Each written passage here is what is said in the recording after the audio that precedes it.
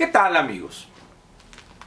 Hoy domingo, en esta videocápsula semanal, voy a comentar con usted algo que me parece lo más importante de la semana. López y un grupo importante o de los importantes de su eventual gabinete, particularmente los relacionados con las cuestiones de seguridad, presentaron o dieron a conocer algo que llaman Plan Nacional de la Paz y alguna cosa así, un nombre así medio cursilón. La pregunta que me surgió a mí una vez que, vi la transmisión de esta ceremonia y luego leí el documento, son 20 páginas con cuadros, flechitas, ya sabe usted cómo se acostumbra eso. Traté de buscar, tanto en discursos como en el contenido, una palabra que tendemos en México a despreciar y a violar sistemática y permanentemente: ley. Y resulta que hay más cosas en esta ceremonia donde que hay que combatir el mal con el bien y que no se puede acabar el fuego con el fuego y una bola de tonterías así que algunos dicen es que son sentencias bíblicas. Dice, bueno, pues llévense al templo cristiano, al que quieran ustedes, pero estamos aquí ante un problema de gobernación, pues en un gobierno civil, no un gobierno teocrático, pues, bien.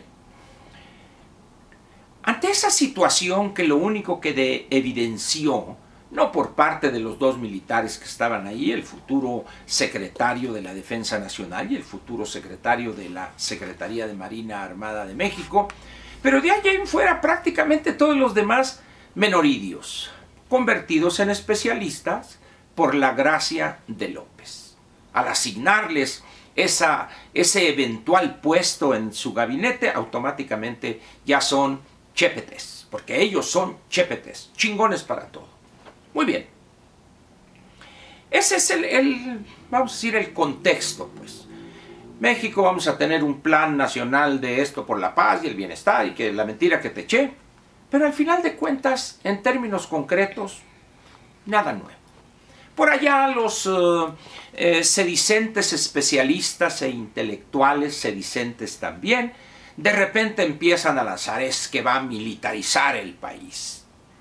Dice uno, yo no sé si estos especialistas estén plenamente conscientes de las dimensiones de México y qué se requeriría en términos de efectivos de las Fuerzas Armadas para hablar de militarización del país.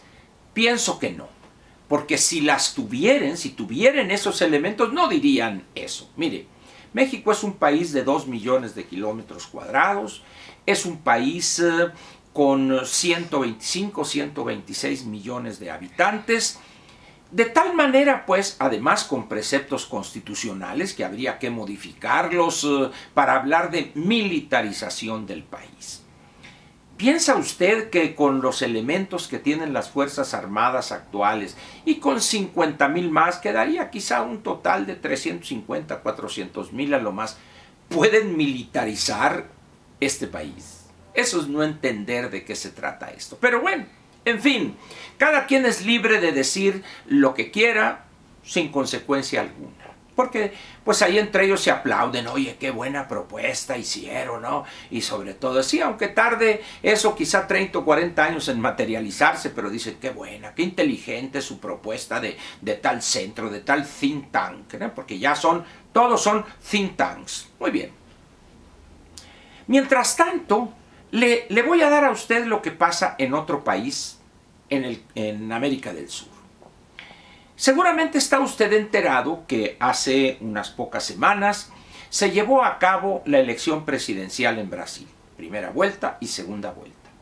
En la primera vuelta, el ex capitán del ejército brasileño y durante creo que como 18 o 20 años miembro o diputado en la Cámara de Diputados en Brasil, el señor Jair Bolsonaro. ganó en primera vuelta con un 47% de los votos emitidos o una cosa así. No pudo completar el 50% más uno para poder eliminar la necesidad de la segunda vuelta. Le ganó a su contrincante más cercano, alrededor de un señor Haddad, representante o propuesto por el Partido de los Trabajadores, el partido del señor Luis Ignacio da Silva y de la expresidente Dilma Rousseff.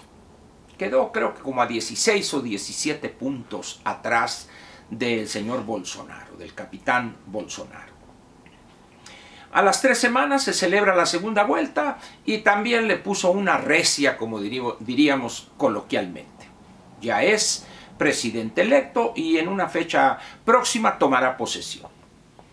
Pero ha habido ya algunas declaraciones del presidente electo o del señor Bolsonaro, como guste usted, en torno a cuestiones que tienen que ver con la seguridad.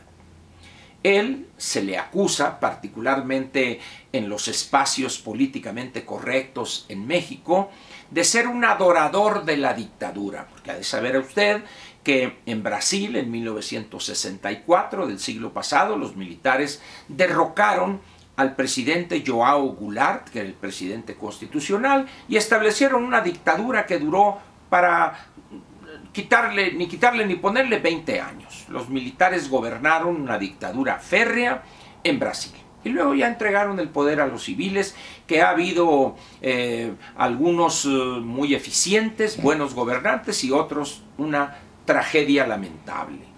El señor Collor de Mello, que resultó ser un pillo de 7 suelas, y en el caso de los dos arquetipos de la lucha social, Luis Ignacio da Silva, que sus amigos le llaman Lula, y la señora Dilma Rousseff, que ahorita el señor da Silva está en la cárcel por cuestiones de corrupción y ella fue sacada del gobierno. Muy bien.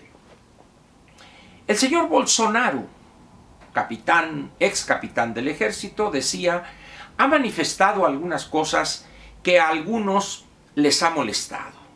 No de Brasil, sino aquí en México. Los políticamente correctos, los bienpensantes, los que en todas partes ven dictaduras y militarización y violaciones de los derechos humanos. Pero hay una declaración particularmente interesante del señor ex capitán Bolsonaro. Dijo él: cuando un delincuente se les enfrente a ustedes con un arma, usen la suya y mátenlo, alguna cosa así. Aquí pusieron el grito en el cielo, pero ¿cómo? Esto que el otro. Bien, al final de cuentas eso es en Brasil y ya los ciudadanos brasileños se encargarán de criticar o de aceptar lo que plantea el ex capitán Jair Bolsonaro. Yo lo tomo como referencia nada más.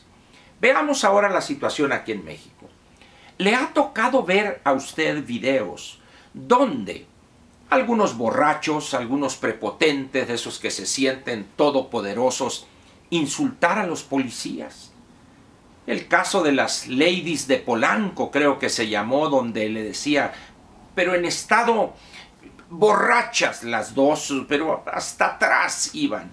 Eres un miserable, un indio, un muerto de hambre, hijo de tu tal por cual, y porque yo acá. Pero una cosa, y el policía, un trabajador entregado a su trabajo, agachando, sumiso, aguantando la oleada de insultos y de empujones, etc. ¿Por qué? ¿Por qué hacía eso ese modesto policía? ¿Sabe usted por qué? Porque si agarra a esta persona borracha que la habría dominado en segundos, la voltea, le pone las esposas y va al bote. ¿Sabe usted a quién le habrían acusado de rudeza innecesaria y esto? Al policía. Hay una cuestión relacionada con ponerle una araña a un vehículo, no sé qué. El caso es que una oficial, una dama, están trabajando de policía, es atropellada, por eso queda tirada ahí porque este tipo se va, huye. ¿Qué le han hecho a esa persona? Nada, teniendo las características del vehículo, teniendo las placas, se encuentra que debe no sé cuántas multas, pero no le han hecho nada. Y así hay cientos de casos donde los humildes policías son ofendidos, golpeados, les dicen hasta de lo que se van a morir, y nadie hace nada por dignificar a ese servidor público.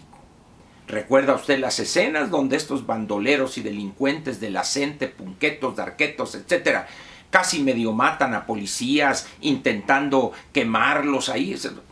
¿Qué les pasó a esas personas? Los metieron a la cárcel, luego los absolvieron, cambiaron la ley, etcétera. Dice uno, ¿es correcto ese trato a representantes de las fuerzas del orden? ¿Es correcto y congruente además que López acuse a los militares son unos asesinos masacrando a jóvenes, y ahorita está diciendo, pues con ellos tenemos que enfrentar a la delincuencia y la violencia? Dice, a ver, pero si no dijo usted que había que meterlos a los cuarteles porque eran unos asesinos y eran masacradores del pueblo y tonterías así. Compare ese trato a los soldados, a las Fuerzas Armadas y la labor que desarrollan, y también a los humildes policías, no solo de la Ciudad de México, sino de cualquier ciudad en este país, cómo los tratan. Con la punta del pie, ofendiéndolos, escupiéndolos, cacheteándolos. Y tienen que aguantar los policías. Porque en el caso de algún conflicto llega a Derechos Humanos y protege a la borracha, al borracho, al que ofende, al que los golpea, los empuja, y el policía estoicamente tiene que aguantar. Bueno, el caso de los guachicoleros, aquella persona que ya estaba rendida, vamos a decir, saca una pistola entre las ropas, está tirado y le mete 6, 7 balazos por la espalda a uno de los soldados. Llega otro, de acuerdo al video, no sé si editado o no, pero lo mata a esta persona. Pues ahorita creo que enfrenta una sentencia en primera instancia de no sé si 50 o 60 años. ¿Qué le parece esto que tenemos en México? El trato que les damos a soldados, a marinos, a personal de la Fuerza Aérea, a elementos de la Policía Federal y la Gendarmería, y a los policías de tránsito que están cuidando ahí, que hacen lo que pueden con los escasos recursos que tienen para que fluya los vehículos, etcétera, frente a lo que Jair Bolsonaro ha declarado. ¿Qué le gustaría a usted más que sucediera en México? El que sigamos golpeando y escupiendo y ofendiendo de una manera procaz a las fuerzas del orden, a los policías, a los soldados, a los marinos, o que hiciéramos algo más o menos como lo que está planteando Bolsonaro en Brasil. No me conteste, nomás piénselo. ¿Qué le parecería si en este país los policías y las Fuerzas Armadas, sus integrantes, merecieran el respeto total de la población y que en un determinado momento aquel que le lanzara un insulto inmediatamente el policía lo dominare, fuera al bote y se le fincaran responsabilidades por ofensas a la autoridad? ¿Qué le gustaría a usted que sucediera en este país? Lo que Bolsonaro está planteando que podrían hacer allá, o lo que hemos visto aquí durante años de pitorrearnos, no hace falta que los orinemos a los integrantes de las fuerzas del orden. Ahí le dejo a usted esa inquietud, esa pregunta. Cuando vea usted un video en las redes sociales donde alguien, un borracho o una borracha, se están pitorreando de las policías, diciéndoles hasta de lo que se van a morir, muertos de hambre, indios, patarrajadas, todos los insultos más ofensivos, racistas que usted pudiera imaginar. ¿Ese es el país que quiere usted? ¿Ese es el trato que considera correcto a las fuerzas del orden, a las Fuerzas Armadas? En un determinado momento vería mal que quien amenace con un arma, sea un arma corta, una pistola o un fusil o algo, que se enfrente a un soldado, él tuviera todo el derecho dentro de la ley a responderle y controlarlo, en un momento matarlo, por supuesto, porque estaría en peligro su vida. ¿Qué pensaría usted de eso? No me responda. Si no, esto es simplemente para que usted piense en lo que hemos hecho de este país en materia de respeto a las fuerzas del orden. Y no me venga, por favor, es que son unos ratas, son unos de estos. Ratas hay donde quiera, hasta en las mejores familias. Ese no es argumento, pues. Estoy hablando del trato que le damos a la autoridad. Piénsele. ¿Habrá fútbol este domingo? Pues ahí en un pedacito, entre medio tiempo, cuando sale Martinoli ahí gritando y luego se va al comercial, pues ahí puede usted pensar, ¿qué le gustaría a usted? ¿Que fuera respetado el elemento que integra, no sé, al ejército, a la fuerza marina, fuerza aérea, a la policía federal, etcétera, etcétera? ¿No le gustaría a usted que fueran esos personajes respetados? No estoy diciendo venerados, estoy diciendo respeto elemental mínimo. Y que en todo caso, si se le ofende a esa persona, fuera presentada ante una autoridad judicial y condenada como corresponde. Le dejo pues esta inquietud para que usted piense nada más. Porque eso es el México que hemos construido. Ese es la idea, el concepto y la clase de trato que le damos a quien en un determinado momento arriesga la vida por usted o por mí. Piense usted en eso nada más y piense usted en cuál será la actitud del siguiente gobierno, específicamente de López, que dice abrazos, no balazos, becarios, no sicarios, y no se puede apagar el fuego con el fuego, y amor, y paz, y purificar el alma, y cosas así. Piénsele usted, piénsele. Como dice Agustín Lara, piénselo bien, piénselo bien. Muchas gracias, lo espero mañana lunes, aniversario, bueno, no es el martes el aniversario realmente, pero con los cambios en la Ley Federal del Trabajo, mañana es feriado. Muchas gracias y nos vemos aquí en este espacio que es de usted, pero también mío. Gracias.